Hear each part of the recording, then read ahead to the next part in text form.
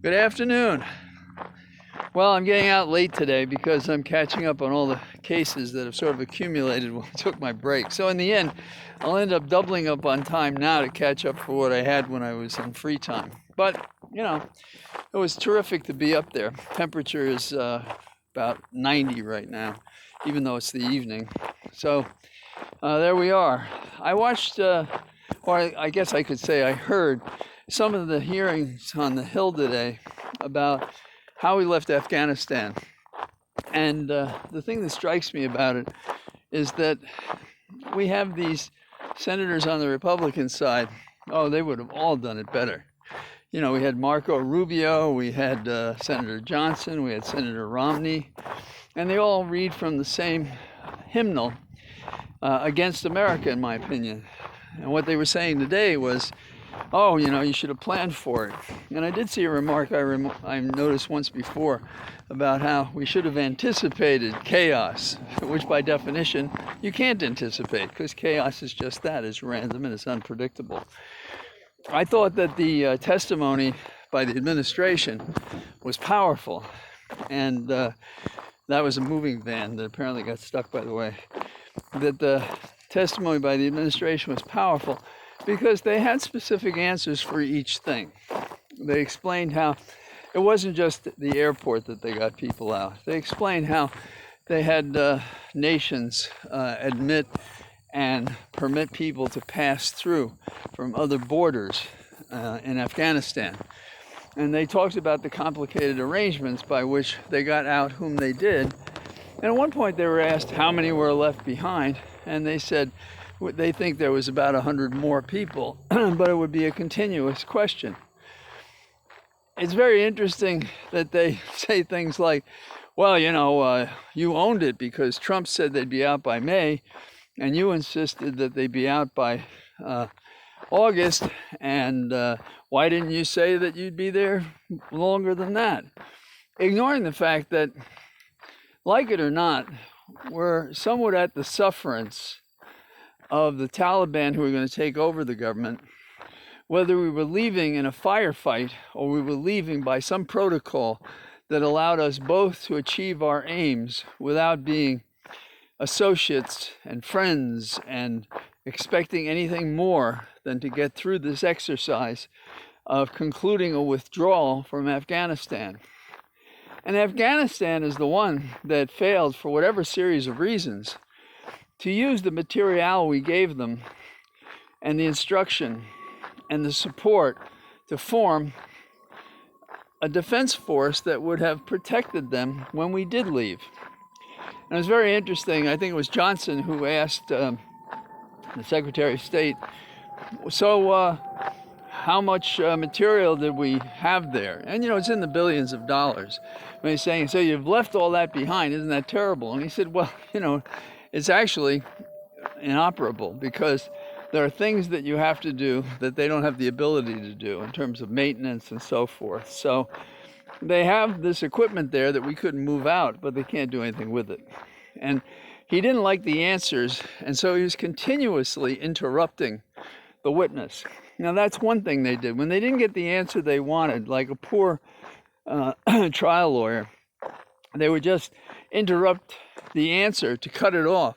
So he couldn't fully answer, although he did. He was smooth is the wrong word because it sounds like it was some sort of deception, but seamless, comfortable in the facts, comfortably prepared with answers that were persuasive. And that drove Johnson and the other Republicans just crazy. I thought it was funny when Romney said he agreed with Johnson, because I thought Johnson has done a terrible job. And they call these things hearings. And I heard the Democrats ask a series of questions that were very helpful in a short period of time, 5 minutes, to synthesize the operation. How we got there, how many troops we had, what our alternatives were, what we could do with the number of troops there. Could we have done any military action that would have allowed us to do anything different and to succeed at it? And he answered all those. Marco Rubio, he doesn't understand this is supposed to be a hearing from the witnesses. So for him, it was a speaking. He just went on and on. So why call witnesses to the Hill? He could have gone out in front of the Capitol and just talked, but that's not what they want to do. They figure they're on camera, and the lines that they give will end up on Fox, and we will inform the ditto heads with this disinformation across the nation, and they will think that there was some other better way to do the withdrawal than we did. And there's an interesting thing, and I think it's a male thing. Well, it's certainly a Republican thing. The bad loser syndrome. Trump loses, but he denies it, though his IQ is high enough to know that he lost. So that means he has the criminal intent to steal an election that he lost, to lead other people to do it in violation of the Constitution and of the laws, to wreak havoc on the Hill, to suggest that those in line to be president, the vice president, and the speaker were susceptible to violence.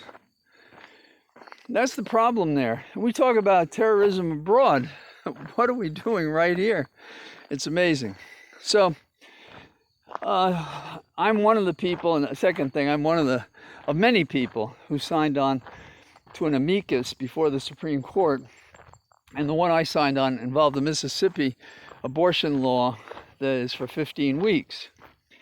And the argument there, and this was filed before Texas became obvious, the heartbeat law, if you wish, meaning that when the fetus has a heartbeat, that's sufficient to say it's a person, which is not true. And therefore, you can't have a, quote, abortion after that date when even a woman doesn't know that she has a potential child within her. So the 15 weeks, which is the rule in Mississippi, which is longer, is still less than the 22, 23, 24 week rule, which is what Roe v. Wade supports. So plainly, both bills are in contravention of the Constitution as interpreted in Roe v. Wade and succeeding cases since then. So I'm in the Mississippi case.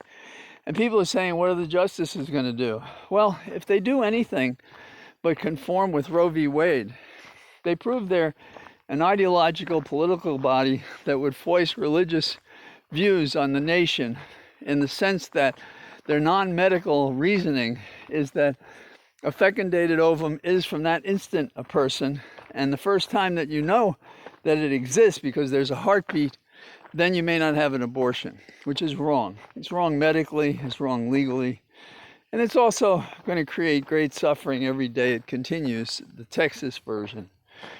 The final thing that also involves health is the virus.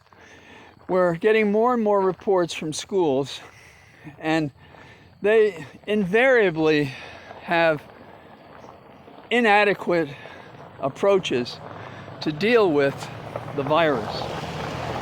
They are not wearing masks, or if they do, that's the only thing they're doing. They're not maintaining distance. If they're doing that, they may not be doing something else. The big one is they're not getting vaccine for all the teachers and the people in the school. But for children under 12, these are spreaders. Not by any volition do they create a crisis for others. By the fact that they can't themselves be protected from the virus, but they're in school exposed in varying ways in different schools in different counties across the nation. That's an explosion waiting to happen, and it's probably starting right now. So ask me in 2 weeks how the schools are doing. The other thing I see and hear, and I'm sure you do too, is radios, TV, people, ads encouraging us to go to that concert indoors, and telling us to go to theaters and to restaurants indoors. How do we think we're going to get away with this, particularly when in the winter months we've been advised that going indoors in heated places is going to increase the risk not only of contracting the virus, the Delta variant or Mu or any other variant, but also that new variants may occur, and the flu may also occur. So what's my advice? Well, dealing personally, take care of yourself. Ignore these yahoos that don't know what they're doing, who are compromising us, themselves, their family, their friends, and people they don't know.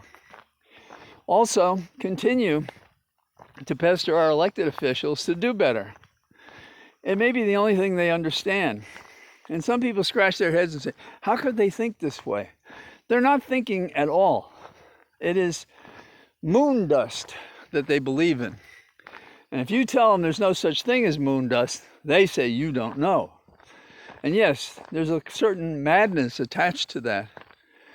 But what do you think Jonestown was about? There were people that were forced to, quote, commit suicide, meaning they were actually murdered. But most of the people in that camp did drink the Kool-Aid. And we have a so-called political party that is doing the same thing with its most vibrant supporters and doing stupid things as if they want to be protected from the virus, but they're taking methods that no medical or common sense person thinks is going to work. So that's my thinking for the day. Hope you have a good evening, and I'll talk to you tomorrow. Bye-bye.